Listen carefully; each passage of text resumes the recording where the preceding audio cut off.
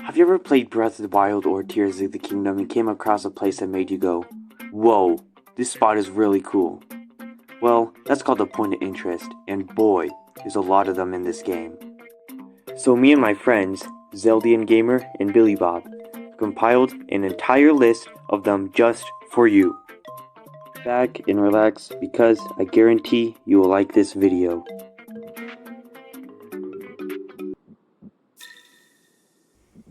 The first location is the Floating Coliseum in Tears of the Kingdom. Here, there is an insane fight with 5 different Lionels. I really liked the challenge of this battle, and the reward you get here is Majora's Mask. And with Majora's Mask being one of my all-time favorite games, this was an elating surprise. First off for me, I have the Bridge of Hylia. This ginormous landmark connects central Hyrule to the Faron region. Across a huge vast lake that also holds Hylia Island.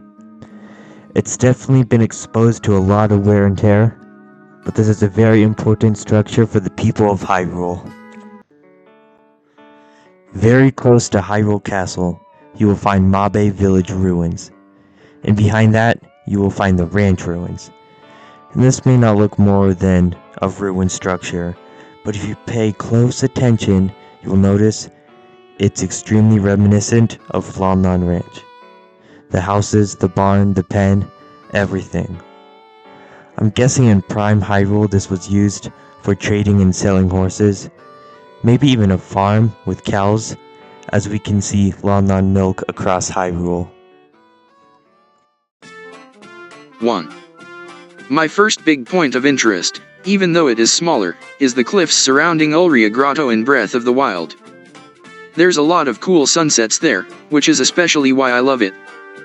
Additionally, there's some good stuff there, especially in Master Mode where there are a few floating Octorok platforms. Overall, just a pretty cozy place in my opinion, and it's near a shrine, which is always nice for easy traveling.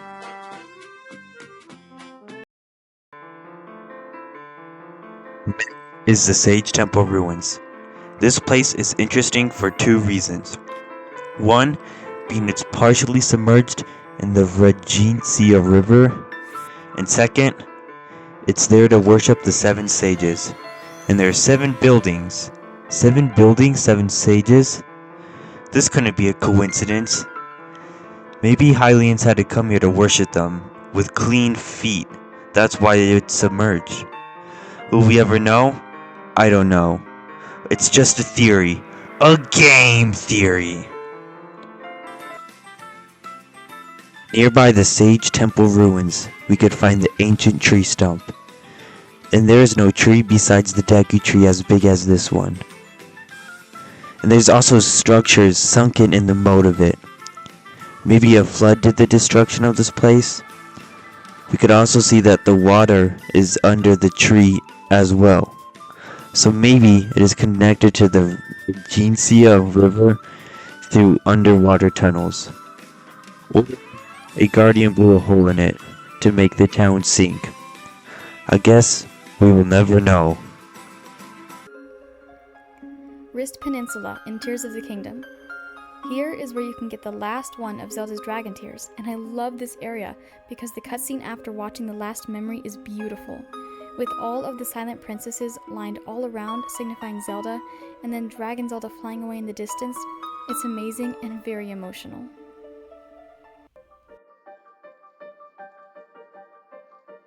Typhlo Ruins is very interesting and reminds me a lot of the real-life location Stonehenge.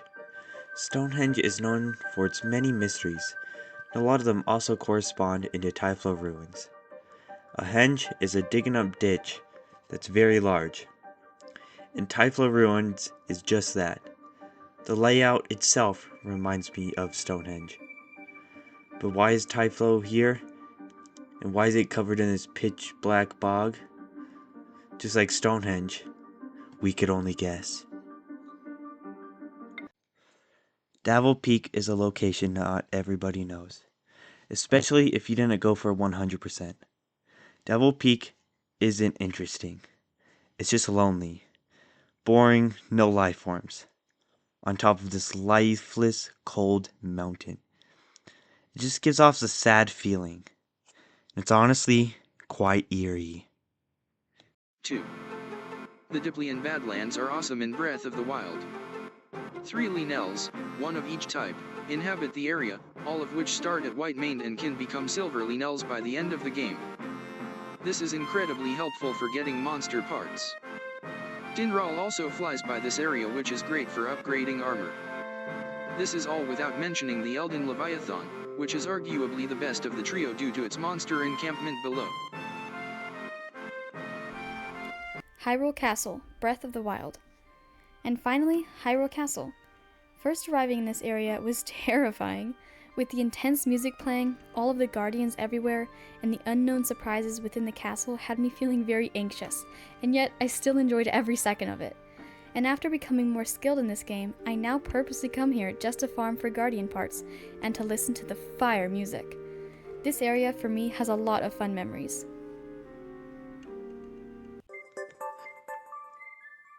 Lake Illumini is very relaxing.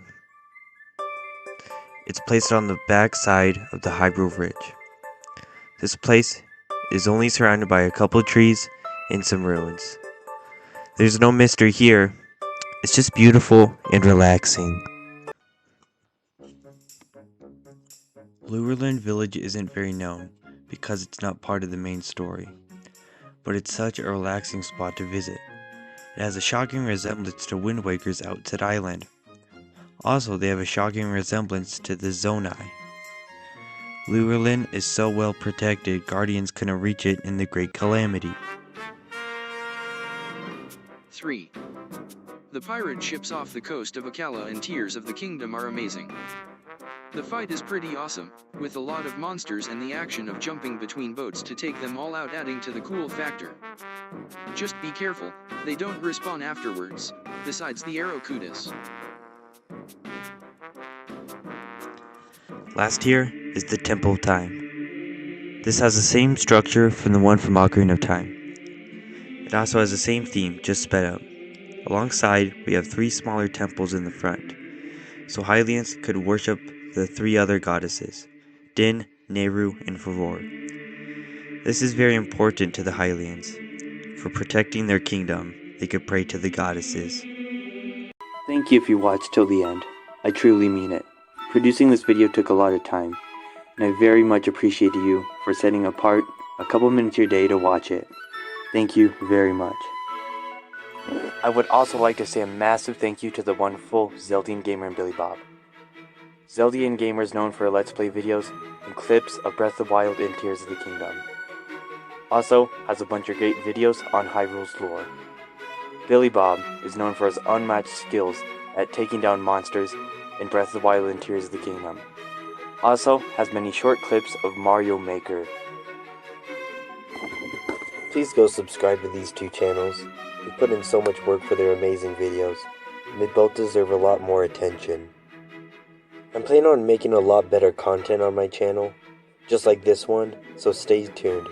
I should have another video out on the Zonai and the people Lurelin are connected, so just wait and see. Also, this video was on our points of interest, so if you have any yourself, please tell us in the comments. I try to reply to every comment, so I will read yours and respond. Well, that's all for today, so goodbye.